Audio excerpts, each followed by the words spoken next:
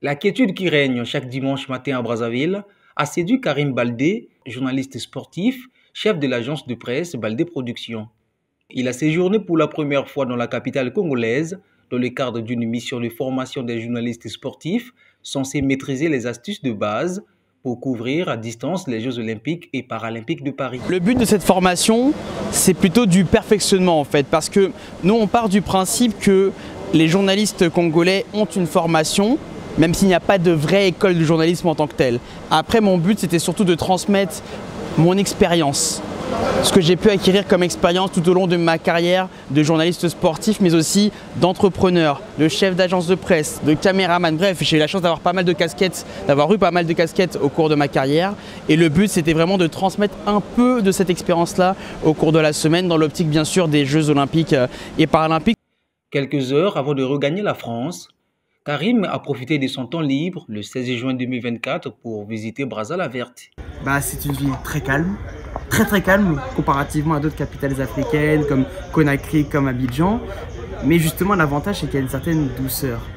Le temps est bon, la route de la Corniche est fermée donc on peut se balader dessus et ça c'est agréable. La ville est plutôt propre de ce que j'ai vu également et voilà, ça fait plaisir de pouvoir profiter, se balader tranquillement, la quiétude, le dimanche matin, tout va bien.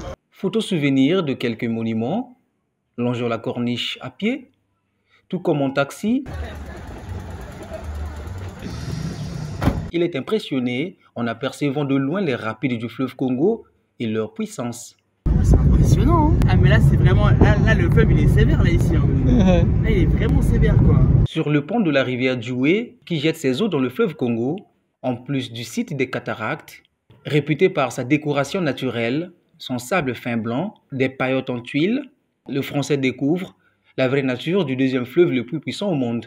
On se rend compte un peu plus de la puissance du fleuve en réalité. Contrairement à la route de la Corniche où ça a l'air hyper vaste mais hyper calme, là on voit vraiment la vraie nature du fleuve Congo et justement avec ces mini cascades comme ça c'est vraiment incroyable quoi. C'est vraiment incroyable et ouais on se rend compte de la géologie, de la géographie également de ce fleuve incroyable qu'est le fleuve Congo. Du premier arrondissement Makelekele au 9e Diri, le chef de Baldé Productions révèle ce qu'il a pu constater à Brazzaville. C'est une ville très propre. C'est vrai que des fois on peut condamner certaines grandes villes africaines où il y a beaucoup de saleté, pas beaucoup de poubelles. Là ici comme les artères sont dégagées, c'est assez propre. Alors bien sûr je ne suis pas resté assez longtemps pour avoir un avis beaucoup plus poussé. Mais de ce que j'ai vu de Brazzaville, c'est comme une ville sympathique, agréable. J'aimerais bien revenir, même passer d'un bord du fleuve à l'autre. Je sais que ça va pas plaire à tout le monde, mais quand même parce qu'il faut voyager, il faut découvrir et le voyage permet de sortir des clichés qu'on peut avoir, notamment pour nous vivant en Europe. Donc voilà, j'espère revenir ici à Brazzaville et découvrir encore plus de la nature, aller au-delà de Brazzaville, aller ailleurs au Congo également. Espérons que le journaliste sportif Karim Baldé reviendra une autre fois à Brazzaville pour découvrir entre autres son côté ambiant.